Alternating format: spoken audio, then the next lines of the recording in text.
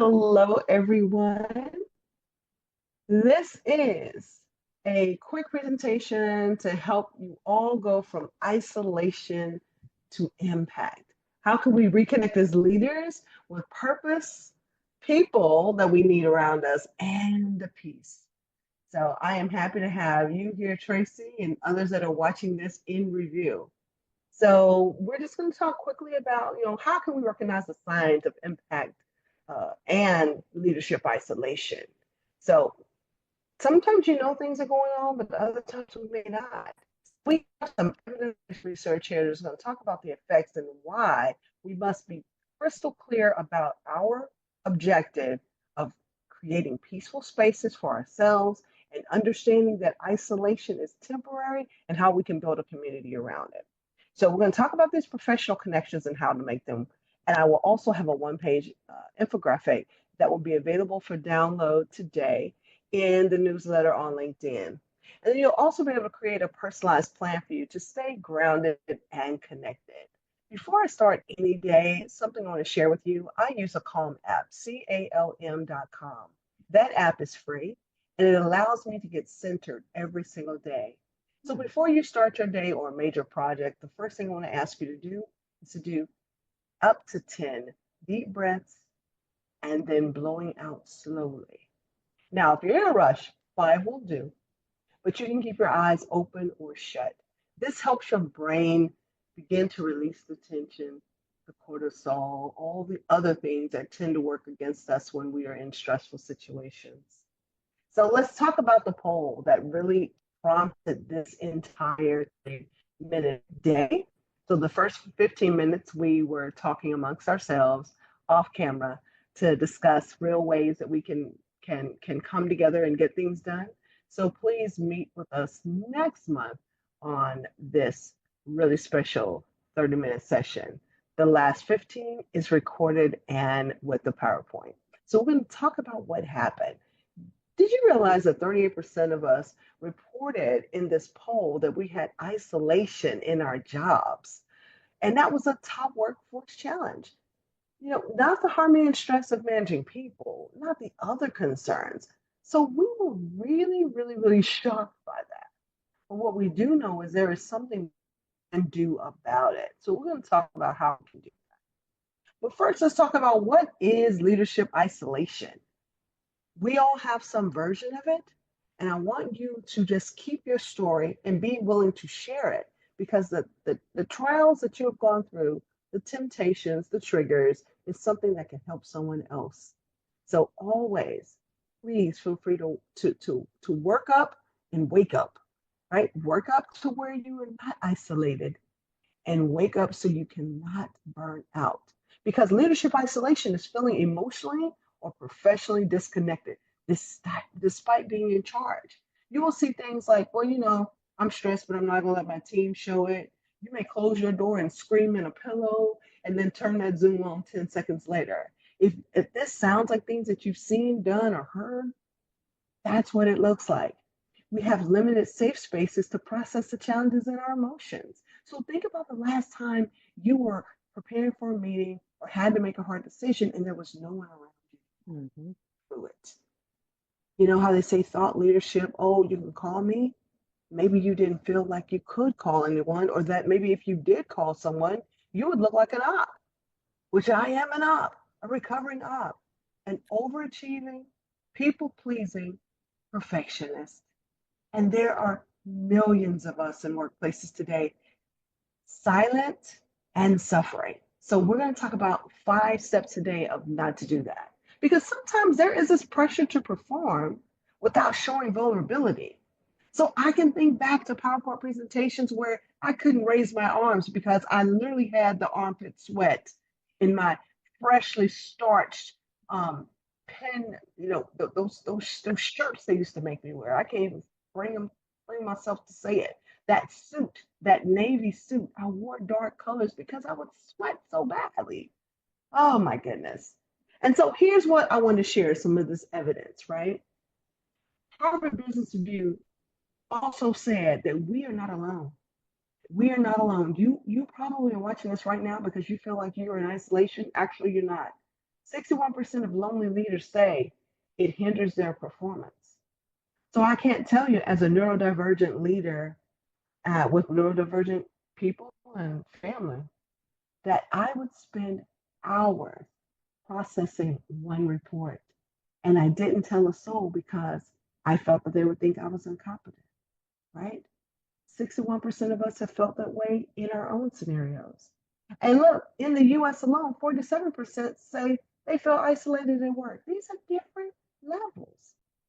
And then that leads to disengaged employees. And think about how many people we've led that seem just off base or just off for whatever reason.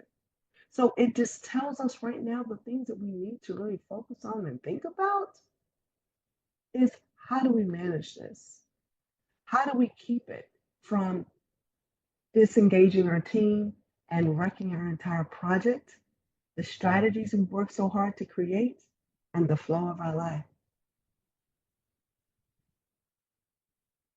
So next, my journey. I managed crises, multiple, wasn't even one crisis, while silently struggling through the burnout. I almost burned out so badly in 2021 within the first 4 months of my new job in this role that was larger than life. I had a stress related stroke. I was hospitalized for 4 days. It took me a year to gain full control of the left side of my body. And how do I know? I couldn't even dress myself. My children, my teenage daughter, my son had to bathe me, clothe me, and make sure I was okay. My owner was driving me around. They were typing out my PowerPoints for me. They were dictating emails for me, calling people back for me. No one should go through that. And so while I smiled at these meetings, I secretly had no one to talk to. I literally had no one in leadership that I was comfortable enough to go and get help from. It was a survival mode. And so community is a lifeline.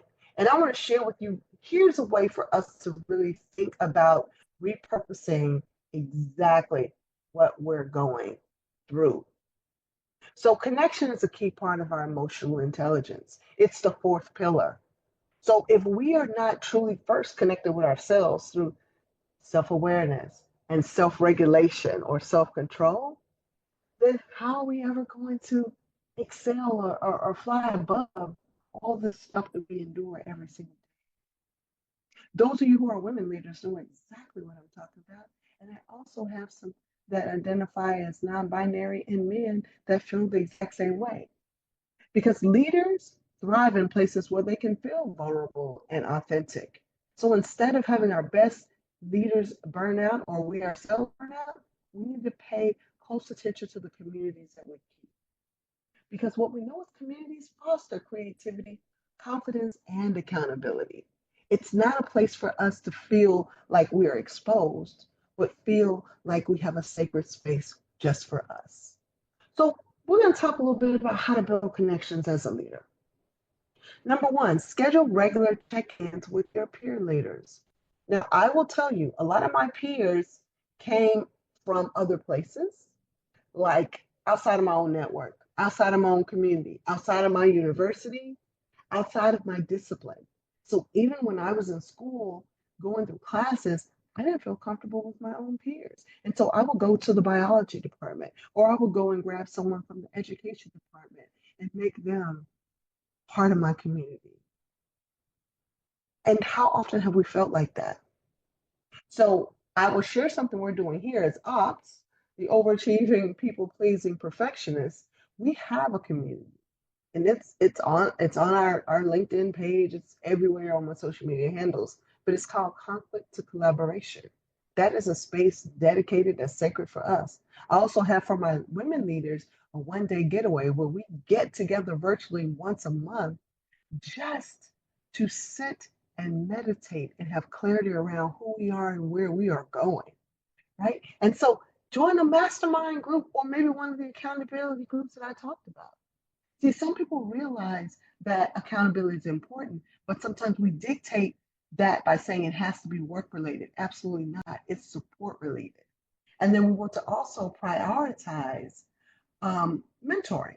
So that's what I call mutually beneficial. It needs to be where you are giving and also receiving.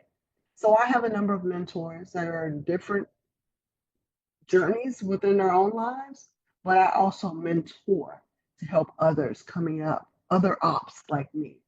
So I want to encourage you to think about how you can prioritize that. Because what that does is it releases you from a lot of this day to day drudge of being perfect to being perfectly you. And that comes with many, many flavors. So let's think about the micro moments of wellness that you can have every single day. Start every day with a mindful pause. I talked to you about the deep breathing, up to 10 deep breaths every morning before every project, before you get into traffic, before you even wake up the children. Yes, I do this. Take a minute just to pause. And I also want to encourage you to think about ways to visualize your success, because where I am right now, the people I'm around, I'm always my tribe. And you may feel this as well. And if it sounds like you, visualize who is in your camp, who is a part of your team, who is a part of your network, and begin to manifest that. Reach out and make those connections and celebrate small wins. So those small wins help you get through a lot of the clock. How often have you thought about this? I celebrate something for 10 seconds and I go right back to work. If that sounds like you, we're going to give you some ways, 5 ways here, where you don't have to do just that. So here's part of your action plan today. All right. Number one, the way we can build community. What is one connection you will rekindle this week?